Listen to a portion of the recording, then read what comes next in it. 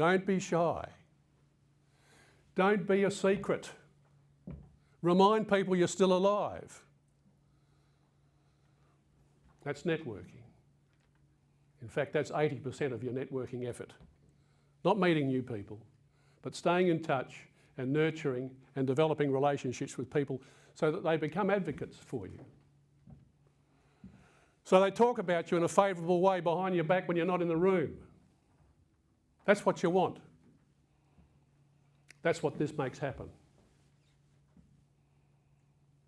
If you've done two, do a third one. I would never ask you to do something that I don't do. There's no theory here today. There's no bullshit. Just the facts.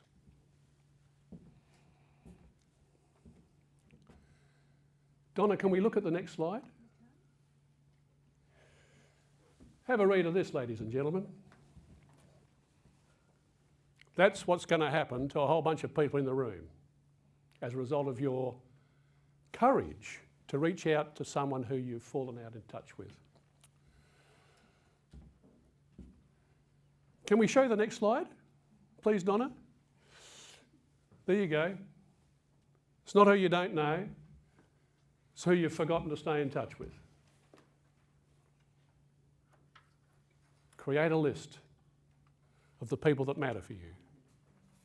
A pal of mine, Gus Erdy, runs a successful law practice, has got a list with 167 names on it, sitting right here at his desk.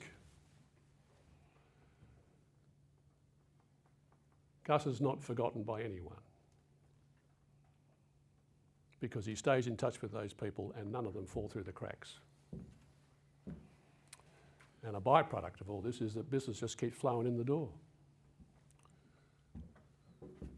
Now, second activity. If you have a look at the handout that you've got on your desk, you'll see that I've written there 7 questions that we don't ask.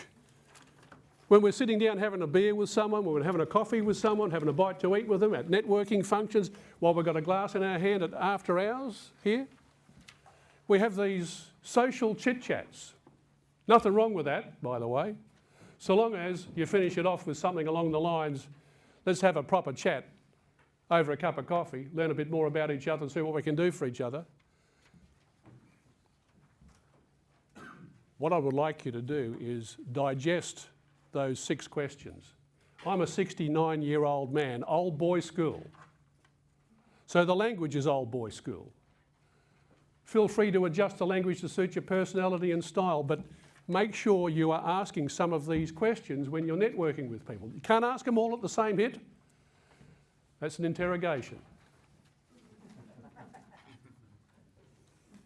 But just one question to shift from social chit-chat to something a little more meaningful, a bit more helpful. And remember I said, we're all here to better ourselves in one way or another.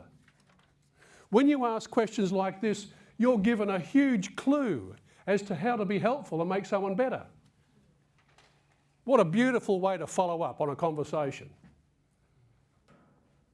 with information you gather when you ask these questions. When I give you the green light, I want you to turn to the person next to you and ask them the question you like most on that list.